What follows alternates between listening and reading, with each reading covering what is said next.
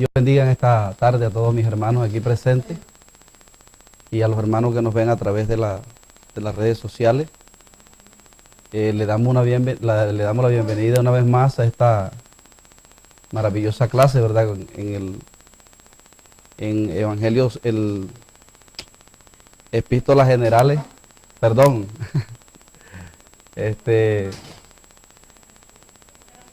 Epístolas Paulinas 2, en la carta a los Romanos. Gracias, hermana. Estuvimos hablando un poco, ¿verdad?, acerca del tema de la justificación por fe, que Pablo da como especie de una primera, un primer acercamiento a lo que es el tema de la justificación por fe en Romanos 1:16, ¿verdad? Y 17, ese concepto de la justificación por fe, ¿verdad?, que lo amplía a partir del capítulo del 3:21 en adelante. Pero antes, él hace un preludio aquí, ¿verdad?, para hablar acerca de cómo a partir del versículo 18 en adelante hasta el 3:20 él va a hablar acerca de la universalidad del pecado. Y va a decir que así como Dios dio a conocer la justicia de Dios y cómo el hombre se apropia de esa justicia, ¿verdad?, así ahora da a conocer la ira. Ya Dios dio a conocer la justicia, cómo es que usted y yo somos salvos, eso lo estuvimos viendo, ¿verdad? Dijimos que no es por obra para que nadie se gloríe, como lo dice Efesios, como lo dice Gálatas, ¿verdad?, que son los temas donde el apóstol Pablo va a hacer una antesala acerca de este tema, y va a decir que la justificación, la justicia que Dios demanda no es dada por el hombre, o sea, no es por lo que usted y yo hagamos, sino que Él mismo proveyó esa justicia. Y Pablo va a decir que esa justicia es creer, o sea, para nosotros ser justificados tenemos que creer en Jesús. Y estuvimos también explicando qué era creer, ¿verdad?, o el concepto fe que Pablo maneja ahí. Pero ahora, una vez ya dado a conocer cómo es la justicia de Dios, ahora dice que se va a revelar la ira de Dios. Entonces el tema aquí es el pecado universal, ¿verdad?, o la universalidad del pecado.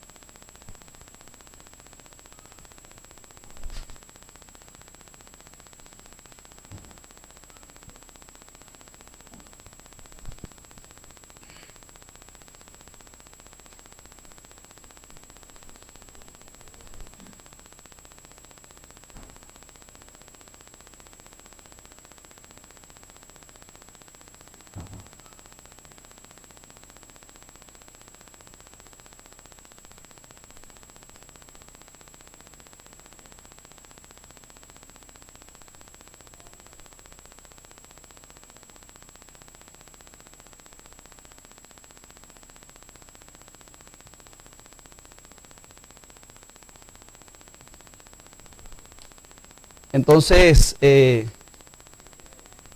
ahora Dios, estuvimos hablando que Dios aquí hace como un escenario, ¿verdad?, donde está un juez y todo el hombre es culpado, se halla culpable, pero la justicia que Dios provee salva a algunos y condena a otros. Y obviamente son condenados aquellos que no se afianzan de la justicia divina, y luego a esos que no se afianzan a la justicia divina, Dios va a mostrar aquí, en estos pasajes, por qué el hombre se condena, ¿verdad? Y de los versículos del 18 al 32, va a decir va a decir que Dios es justo al manifestar su ira contra los hombres. Dios es justo al manifestar su ira porque los hombres rechazaron la revelación de Dios. De los versículos del 18 al 32, ubíquese ahí en el libro en esos versículos, del 18 al 32,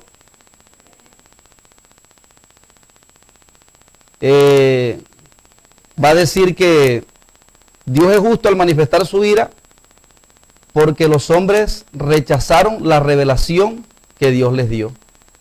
Es decir, la persona que no cree en Cristo, o la persona que no viene a Cristo, lo que le espera es la ira de Dios. ¿Por qué?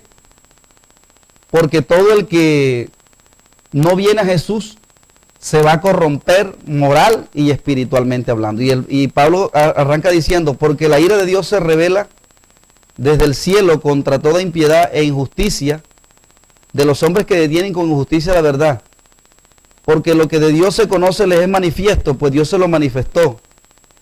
Porque las cosas invisibles de Él, su eterno poder y deidad, se hacen claramente visibles desde la creación del mundo, siendo entendido por medio de las cosas hechas, de modo que no tienen. Dios tiene dos maneras de revelársele al hombre. Número uno, por las escrituras, por la palabra de Dios. Entonces, por ejemplo, cuando el apóstol Pablo iba predicando el evangelio, ¿verdad? Cuando usted revisa en Hechos 17, vámonos un momentico allá, en Hechos capítulo 17, versículo 1 dice,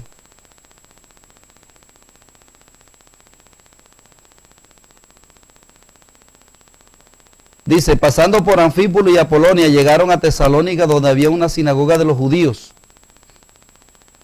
Y Pablo, como acostumbraba, fue a ellos y por 3 días de reposo discutió con ellos, declarando y exponiendo por medio de las Escrituras que era necesario que el Cristo padeciese y resucitase de los muertos, y que Jesús, a quien yo anuncio, decía él, es el Cristo. O sea, Pablo, ¿con qué predicaba ahí? Declarando y exponiendo por medio de las ¿qué? ¿A quién Pablo le estaba predicando ahí? A los judíos, ¿verdad? Pablo iba a una sinagoga y con el Tanakh, ¿verdad? Que es la Biblia que comprende desde Génesis hasta Malaquía, es lo que se le llama el Tanakh, ¿verdad? Entonces el Nuevo Testamento no estaba escrito, se estaba apenas escribiendo. Entonces Pablo predicaba la gracia ¿con qué? ¿Con el Nuevo Testamento o con el Antiguo Testamento? Con el Antiguo, o sea que con el Antiguo Testamento uno también puede predicar acerca de ¿qué? De la fe y de la revelación de la gracia. Entonces Pablo le predicaba a los judíos con las Escrituras, porque los judíos conocían la palabra de Dios.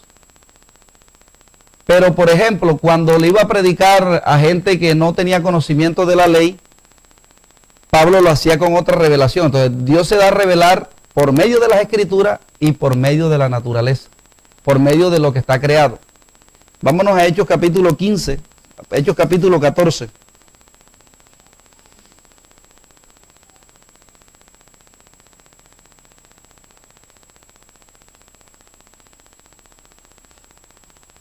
Pablo está en Listra, vamos a leerlo en el 14:15, dice.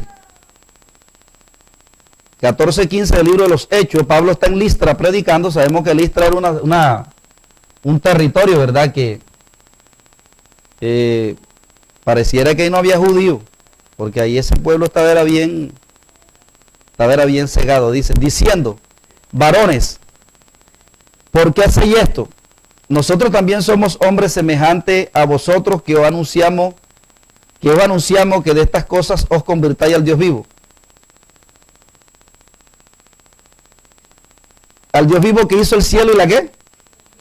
El mar y todo lo que en ellos, en edades pasadas Él ha dejado a la gente andar en sus propios caminos.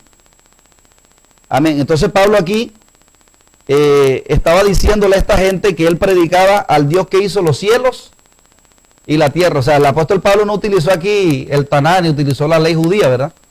Sino que utilizó ¿qué? para predicarle a esa gente que no conocía la palabra, les estaba diciendo que el Dios que él estaba predicando era el Dios que había hecho los cielos y la tierra. Porque es que la creación que lo que está creado, habla de un Dios que la creó. Amén. Entonces, ese es el argumento que Pablo está usando aquí en Romanos 1. Mire lo que dice, 19 dice, porque la ira de Dios se revela desde el cielo. Sabemos que el término ira ahí no es como cuando usted coge rabia y yo cogemos rabia, ¿verdad? Porque alguien va a decir, no, que Dios se ira. Entonces, usted sabía que en la Biblia existe lo que es el antropoformismo, ¿verdad? Y es cuando a Dios antropoformismo es cuando a Dios se le dan, exacto, cualidades físicas, la mano de Dios. Pero entonces, aquí es antropopatismo, porque son sentimientos que se le atribuyen ¿a quién? A Dios. Entonces, están los antropoformismos, que son cuando a Dios se le atribuyen formas humanas, y ahora está el antropopatismo cuando a Dios se le atribuyen sentimientos. Entonces, el término ira aquí, lo que está hablando es que Dios le va a hacer un justo juicio, y esas personas que Dios les va a hacer ese justo juicio se van a hallar culpables, porque, en otras palabras, Dios es justo a manifestar su ira en las personas porque ellos se van a hallar culpables. O sea, Dios es justo al salvar a algunos y Dios es justo al condenar a otros. Entonces, él va a utilizar aquí, dice, porque lo que es de Dios se conoce, les es manifiesto, pues Dios se lo manifestó. Porque las cosas invisibles de él, su eterno poder y deidad se hacen claramente visibles de la creación del mundo, siendo entendido por medio de las cosas hechas, de modo que no tienen excusa. O sea que cuando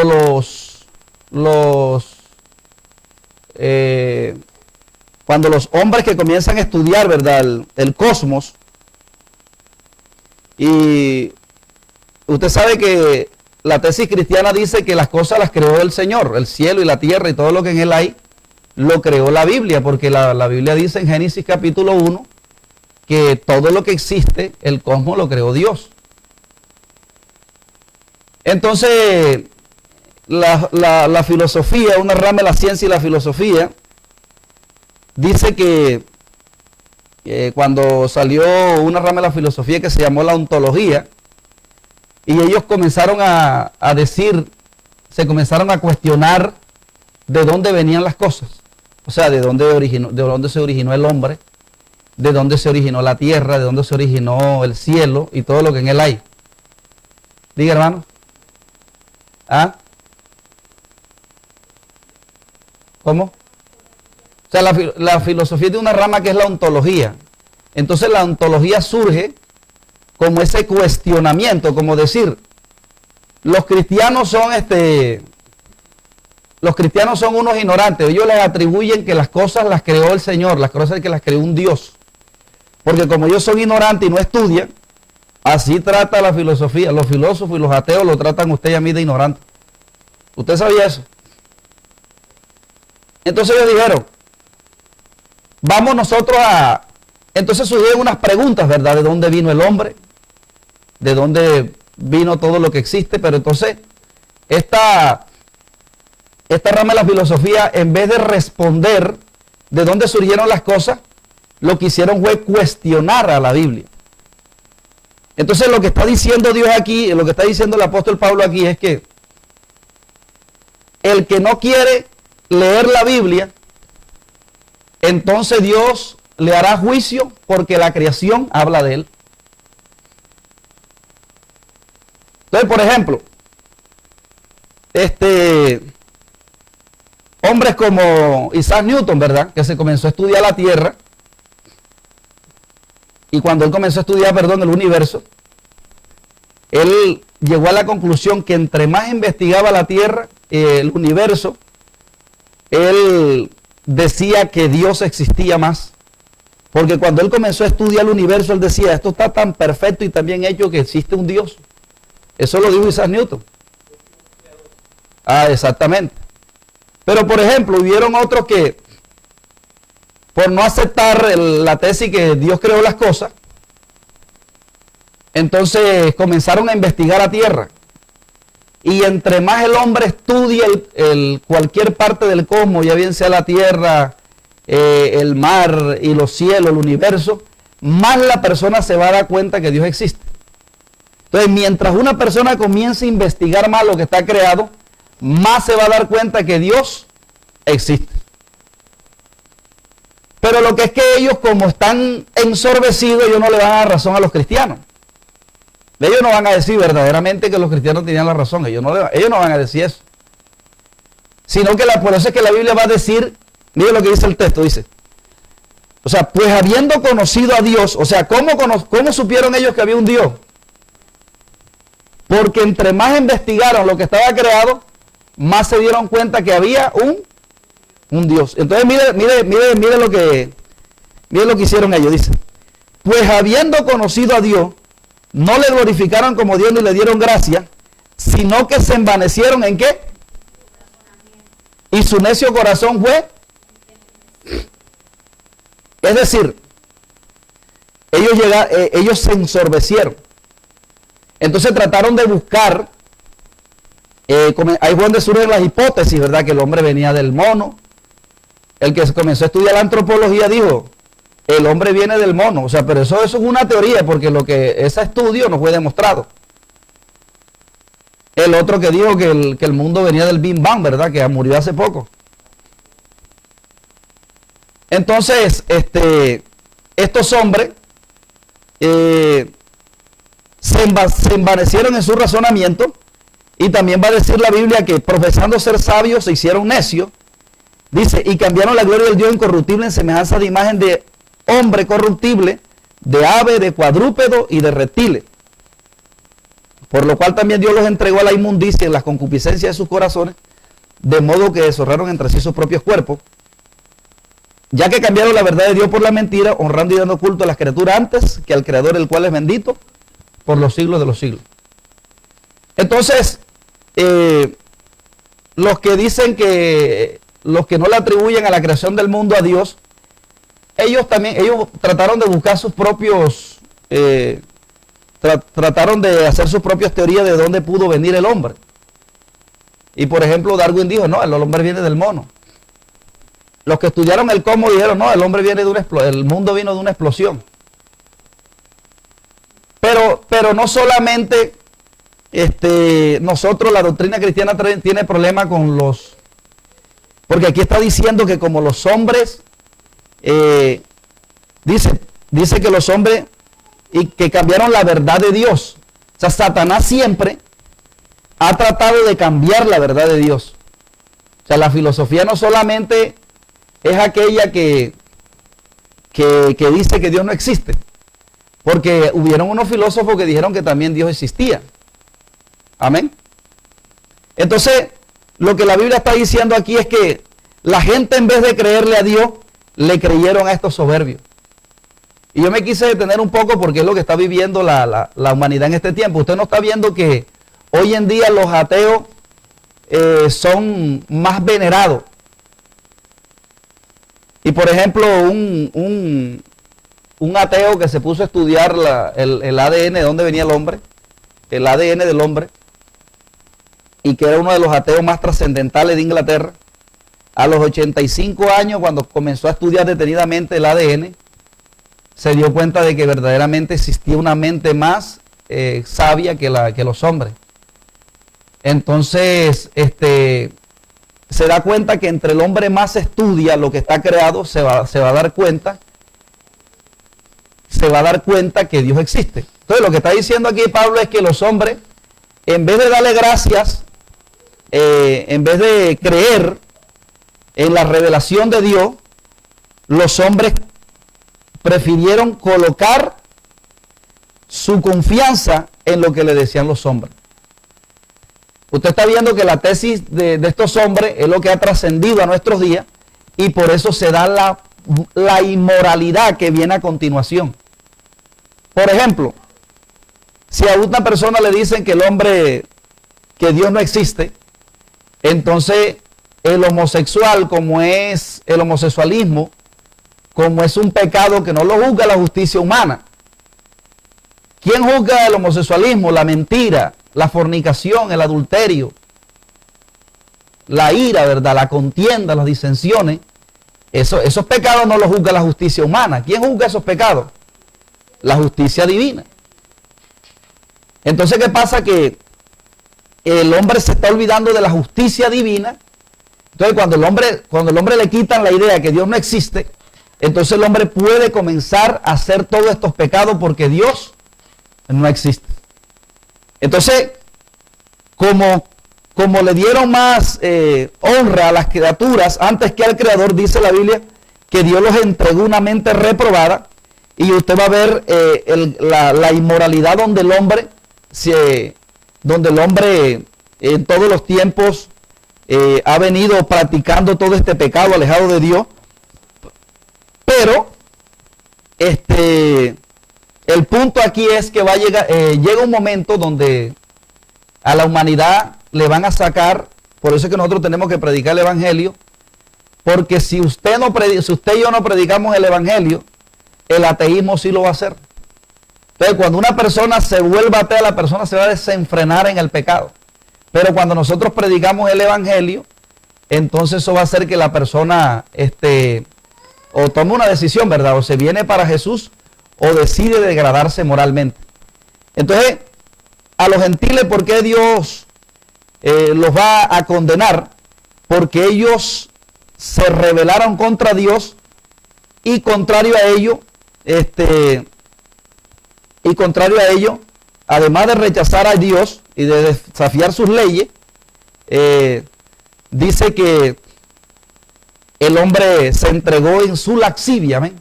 Y comenzó a hacer toda clase de inmoralidad. Entonces Dios es justo al condenar a los gentiles aquí en este pasaje, porque ellos rechazaron la justicia de Dios. Y una vez Pablo ha demostrado por qué va a juzgar a los gentiles, se va a dirigir a los judíos. En el capítulo 2 nos va a decir que Dios es justo al manifestar su juicio contra los gentiles, contra los gentiles y judíos, porque estos se han rebelado también contra él. Entonces, cuando usted revisa el capítulo 2, dice la Escritura: por lo cual eres inexcusable, oh hombre, quien quiera que seas tú que juzgas. Pues en lo que juzgas a otros te condenas a ti mismo, porque tú que juzgas haces. O sea, a estos Dios se les reveló que existe por la creación. Pero ahora los gentiles y los judíos, ahora Pablo se va a dirigir a hablarle a los gentiles que conocieron a Dios a través de las Escrituras, y a los judíos que también conocieron a Dios a través de las Escrituras. Amén.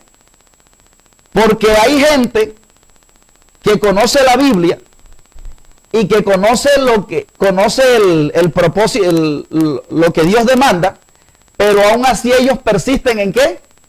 En pecar. Entonces Pablo ya se deja de dirigirse a los gentiles, ¿verdad? Aquellos que están totalmente sumergidos en el pecado, que no escucharon a Dios, sino que creyeron a los ateos y toda esta cuestión. Pero aún así Dios a ellos los va a juzgar por la revelación de la creación, porque Dios se va a conocer de esa manera. Pero acá, en el capítulo 2, Dios va a juzgar al cristiano y al judío que ha conocido la Biblia, pero que no se ha sometido primeramente al sacrificio de Cristo. Amén. Porque usted sabe que los judíos, ellos no querían venir al evangelio. Y ellos trataban de buscar presentar su propia justicia, ¿verdad? Como el joven rico. El joven rico que Dios le dijo, el joven rico se quería justificar, ¿por qué? Por la ley. Amén. Porque él le dijo a Jesús: ¿qué me hace falta para heredar la vida eterna? Y Jesús le dijo: los mandamientos los sabe, no adulterará, no fornicará, no mentirá. ¿Y qué dijo el joven rico? Todo esto lo he guardado ¿de qué?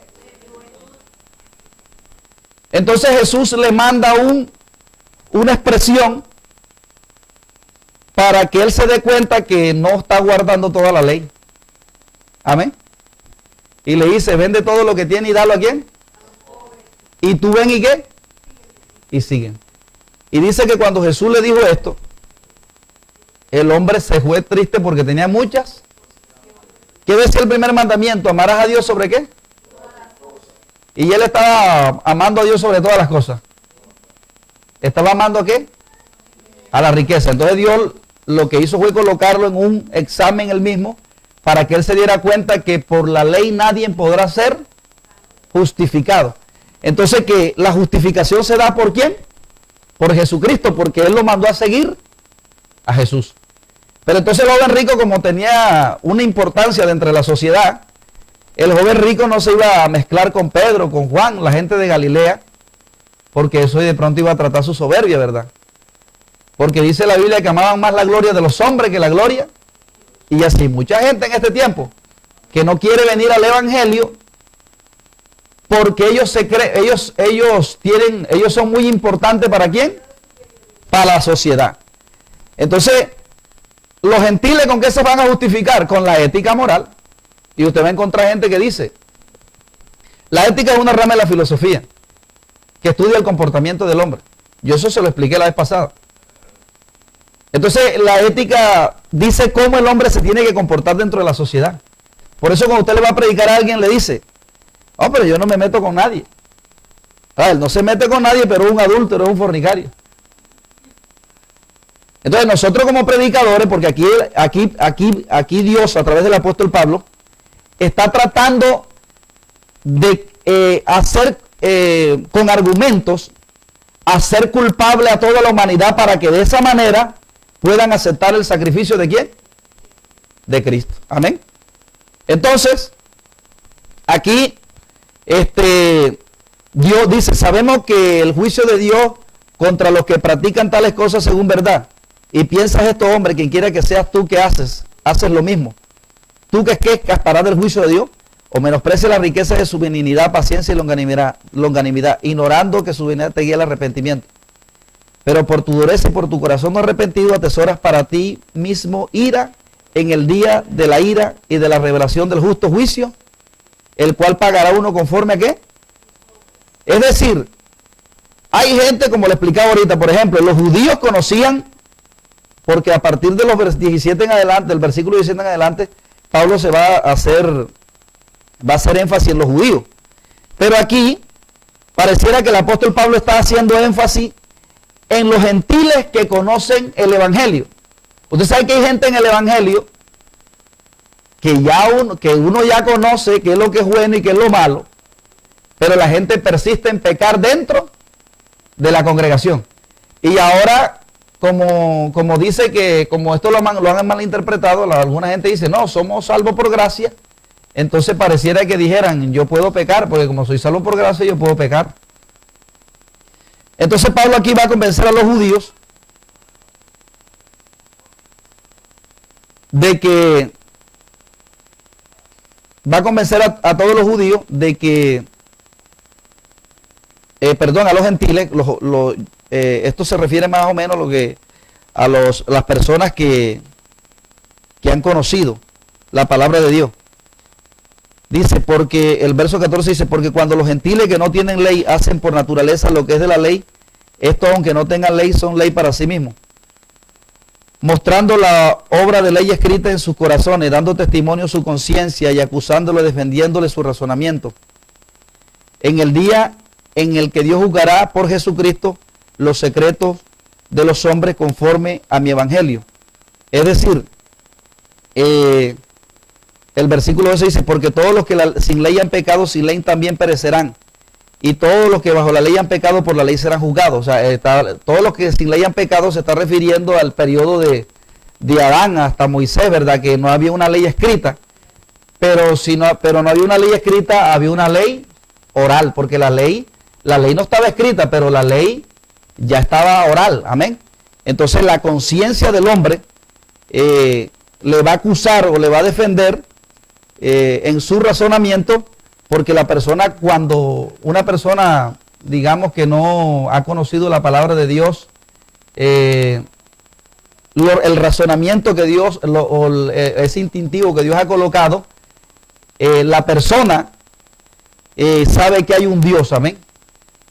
Sabe que hay un Dios y que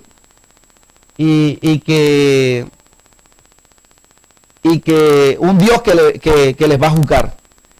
Entonces, una vez Pablo convence aquí a los gentiles, comienza diciendo en el versículo 17, aquí tú tienes el sobrenombre de judío y te apoyas en la ley y te glorías en Dios. Y conoces su voluntad, instruido por la ley, apruebas lo mejor. Y confía en que eres guía de los ciegos, luz de los que están en tiniebla, instructor de indoctos, maestro de niños, que tiene la ley la forma de la ciencia y de la verdad. Tú pues que enseñas a otros, no te enseñas a ti mismo. Tú pues que predicas que no se ha de hurtar, hurtas. Tú pues que dices que no se ha de adulterar, adultera. Entonces,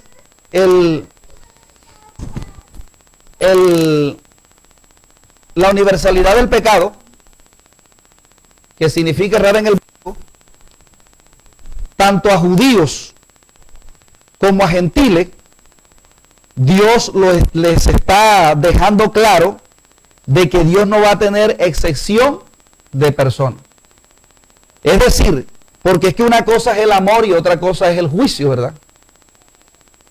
Usted puede amar a su hermano, pero si el hermano cometió el delito y usted es un juez, si usted es un juez con principio, y si lo hallan culpable, usted le tiene que meter ¿la qué?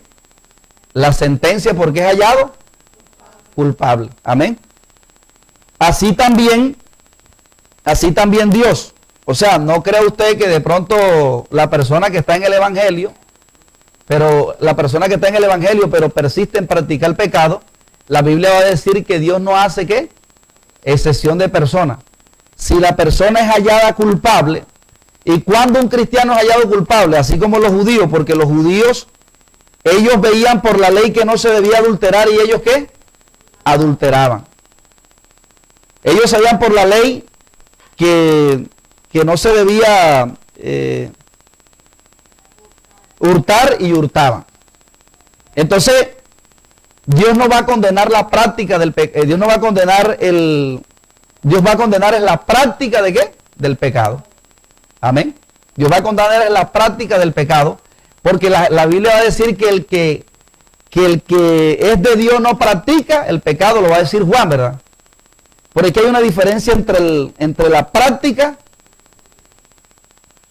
y porque es que cuando se habla del tema del pecado, que es un tema que se va a ampliar más adelante, el apóstol Pablo lo amplía en el capítulo 5 de los Romanos, el apóstol va a hablar de que el tema del pecado, ¿verdad? Se ha malinterpretado, y es que nosotros no podemos hablar del pecado, como me decía alguien, porque a la final todos somos pecadores.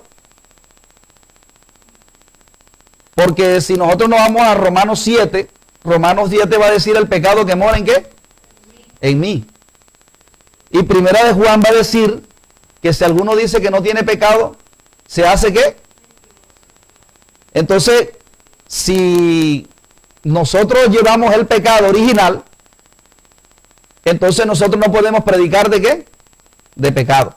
Eso es lo que plantean algunos. Y miren los textos que están utilizando para afirmar la doctrina que ellos predican. Pero nosotros sabemos que eso no es así, ¿verdad? Porque nosotros sabemos que eso no es así, porque Dios lo que va a hablar es que nosotros que estamos en este cuerpo somos imperfectos. Nosotros estamos esperando una redención corporal. Por eso la santificación del cuerpo es importante, porque la salvación no es del alma, ¿verdad? Como lo hemos visto. Por es que la gente se santifica de acuerdo a lo que le enseña. Si la persona dice que lo que se le va a santificar se le va a salvar el alma, pues entonces la persona se santifica el alma nada más. Pero el apóstol Pablo, cuando habla de la salvación, va a decir que la salvación es redención corporal. Porque ya tenemos la salvación, la tenemos porque tenemos las arras del Espíritu, ¿verdad? Pablo en Efesios va a decir que tenemos las arras del Espíritu, un adelanto. Pero que falta pero la salvación se completa ¿con qué? Con la redención del cuerpo. Amén. Lo va a decir Pablo más adelante, porque Pablo va a decir que la tierra gime con dolores de parto y nosotros gemimos entre nosotros mismos esperando la adopción y la redención. ¿De qué? De nuestro cuerpo. Entonces, hasta tanto nuestro cuerpo no sea transformado, nosotros no seremos ¿qué? Perfectos. O sea que en algún momento dado nosotros podemos pecar. Pero una vez usted y yo pecamos, como nosotros tenemos el Espíritu Santo nos ¿qué? Nos redarguye. Y usted no lo vuelve a hacer. Amén. Entonces, pero estas personas que Pablo les está hablando aquí, persistieron en pecar. Cuando la persona practica el pecado, llega un momento que ya el Espíritu Santo no le redarguye y la persona queda en la iglesia y la persona persiste en pecar. Entonces a eso es lo que Dios, a esas personas es a lo que Dios le va, para esas personas también habrá ¿qué? Un juicio. Y en los versículos del 3 al 20, Pablo va a hablar de la universalidad del pecado. Vamos a leerlo ahí en el Romanos 3:20.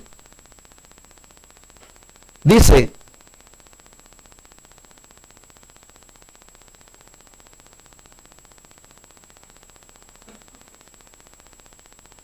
vamos a leerlo del 9, dice.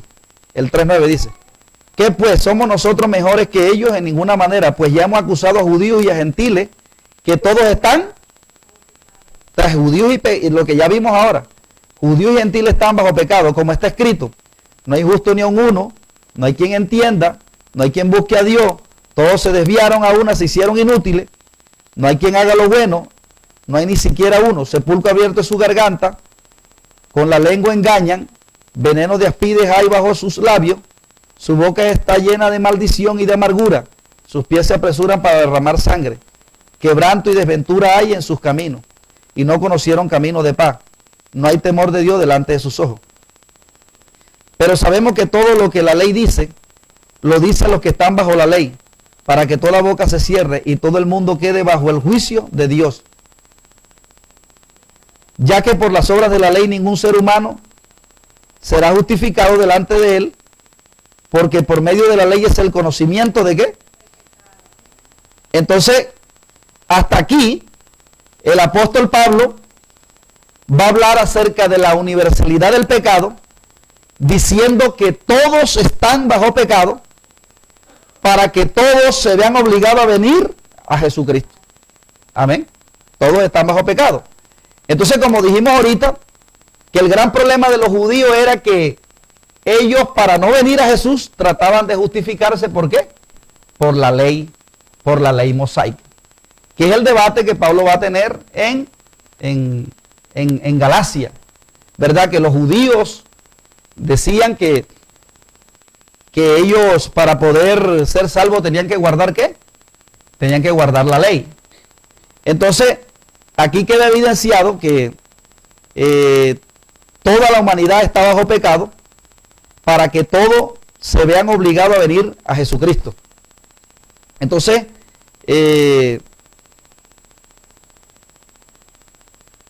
hemos concluido aquí diciendo lo siguiente: la triste verdad de este pasaje que ha sido considerado es que toda la humanidad está perdida en las tinieblas del pecado.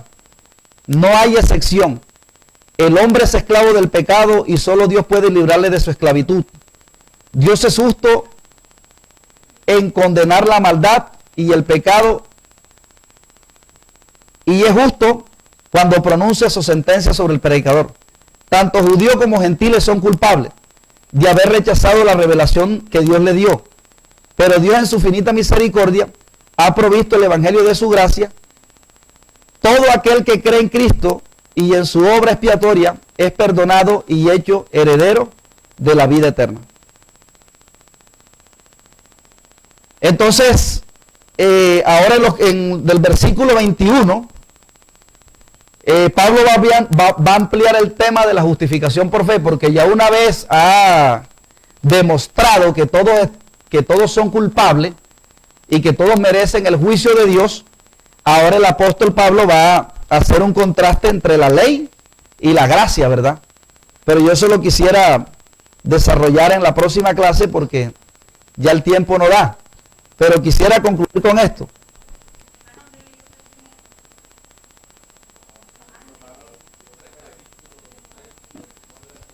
Tres del 9 al 20.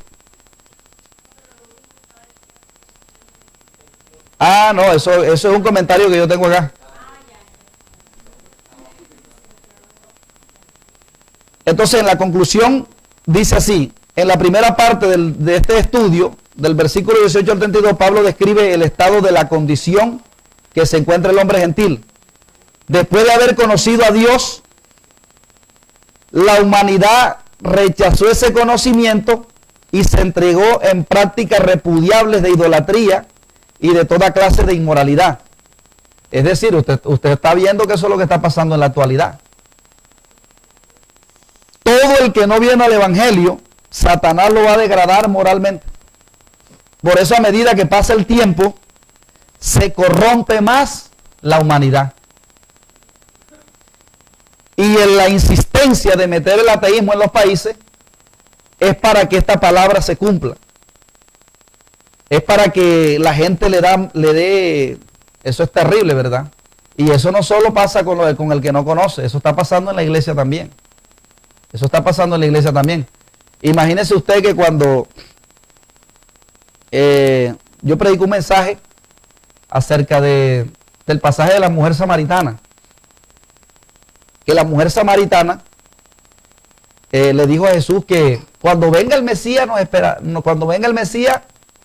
nos declarará todas estas cosas. Imagínense, esa mujer estaba esperando el Mesías con 5 maridos encima.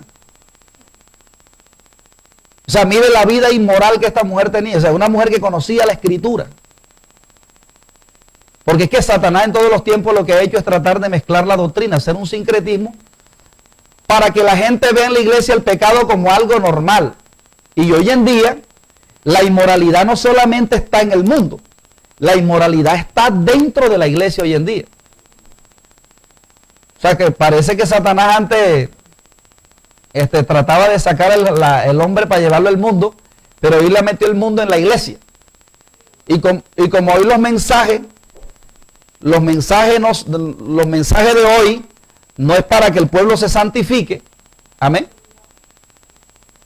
porque la Biblia va a decir que la salvación es por gracia, pero el carácter de Dios es santo y es justo, amén. Entonces, si el carácter de Dios es santo y justo, entonces Dios va a demandar ¿qué? Santidad y ¿qué? Pero yo hago una pregunta, ¿la santidad y la justicia son por obras del ser humano? No, eso lo vamos a ver más adelante. Lo vamos a ver más adelante porque la justificación es por gracia.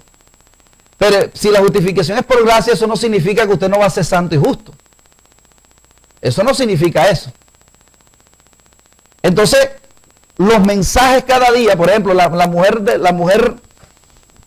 adúltera, perdón, la mujer samaritana, mire la vida en que estaba esperando al Señor. En una vida inmoral. Y lo estaba esperando. Y hoy en día la iglesia está en esa condición. Porque pareciera que la felicidad, usted sabe que el mundo, la filosofía le ha dicho al hombre que la felicidad está en la búsqueda del placer. Yo estuve leyendo un varón que tiene un nombre raro. Nada más le voy a mencionar el apellido porque el nombre es raro. Se llamó Spinoza, por ahí del siglo XVI o XVII, si no estoy mal. El varón enseñaba que él, lo que pasa es que hubo como especie de un análisis del hombre. Por ejemplo, y antes de él hubo un filósofo que se llamó Descartes. Y Descartes seguía las ideas de Platón. cuando estudió el hombre, él comenzó a hacer una dualidad, decir que el hombre tenía un cuerpo y un alma. Amén. Un cuerpo y un alma. Pero él comenzó a decir que lo que el alma era lo que se salvaba y el cuerpo no. Entonces este varón Spinoza dijo que él no estaba de acuerdo con eso y que él lo que creía que el hombre se componía de lo que ellos le van a llamar la mente, el pensamiento y el cuerpo. Entonces, bajo esa premisa, cuando el hombre muere no va a existir alma, no existe nada. Por lo tanto, el hombre puede gozarse la vida en el placer y que el hombre se tiene que quitar la idea que existe un Dios, porque la felicidad se va a alcanzar en la búsqueda ¿de qué? Del placer. La búsqueda del placer es una filosofía que se llamó el hedonismo. Entonces, el hedonismo enseñaba que la felicidad estaba en la búsqueda del placer. Entonces, hoy en día, esos conceptos, por ejemplo, la mujer samaritana, al tener esa vida promiscua, era porque le habían metido un mensaje ¿qué? Mezclado. Y cuando la gente le mete un mensaje mezclado, el cristiano es propenso a que se desenfrene dentro de la iglesia. Por eso es que hoy en día se aprueba el recasamiento.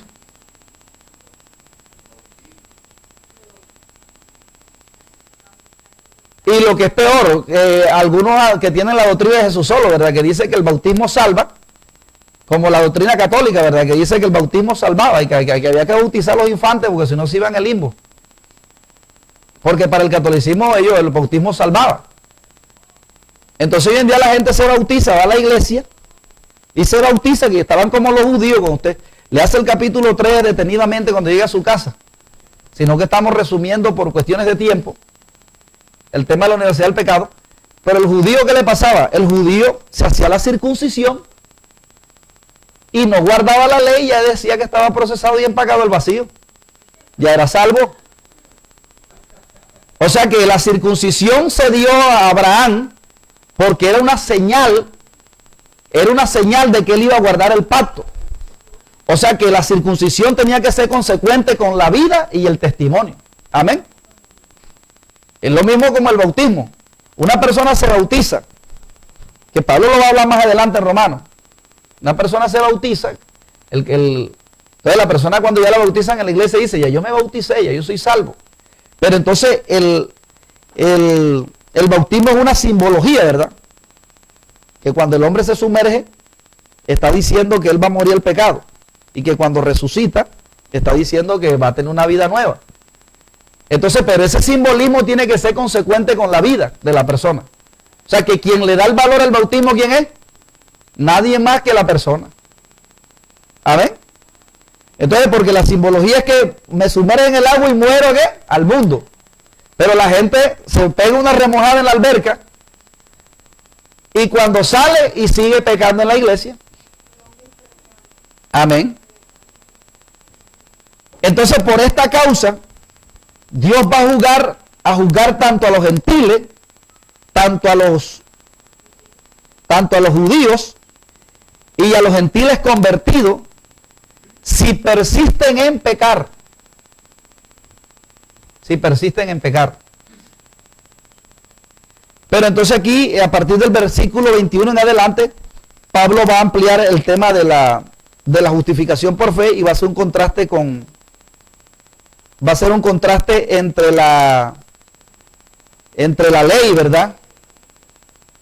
Entre la ley y lo que él va a llamar la justificación por fe. Es el tema que lo va a ampliar. El apóstol Pablo luego retoma el tema del pecado. El apóstol Pablo lo va a retomar en el capítulo 5.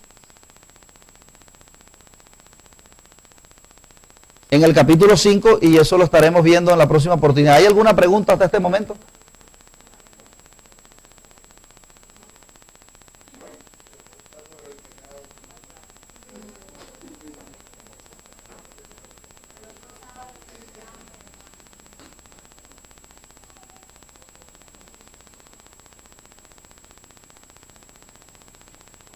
Nosotros como cristianos tenemos privilegio, ¿verdad? Porque Dios nos ha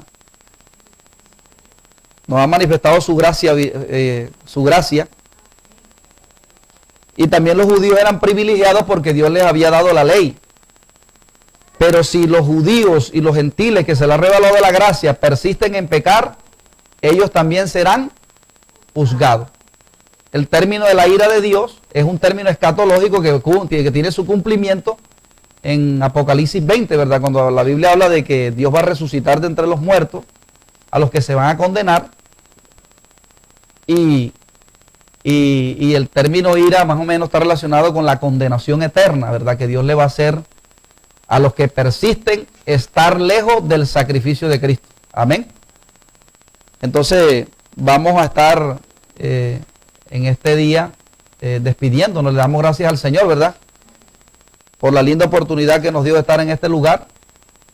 Y le mandamos un saludo a todos los hermanos que nos ven a través de las redes sociales, haciéndole la invitación para el próximo sábado, en la continuación con este instituto bíblico, ¿verdad? ¿Cuántos han aprendido? Amén. Entonces vamos a orar, Padre, te damos gracias, Señor, en esta tarde, Dios mío, por tu palabra.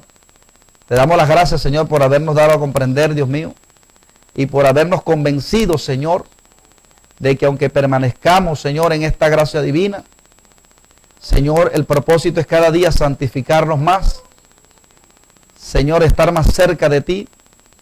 Te pedimos, Señor, que tu Espíritu Santo nos ayude hasta que tú, Señor amado, vengas por nosotros. Que podamos hacer partícipe de ese día, de ese gran evento maravilloso, como es el arrebatamiento de la iglesia. Te damos las gracias en el nombre de Cristo Jesús. Amén y amén.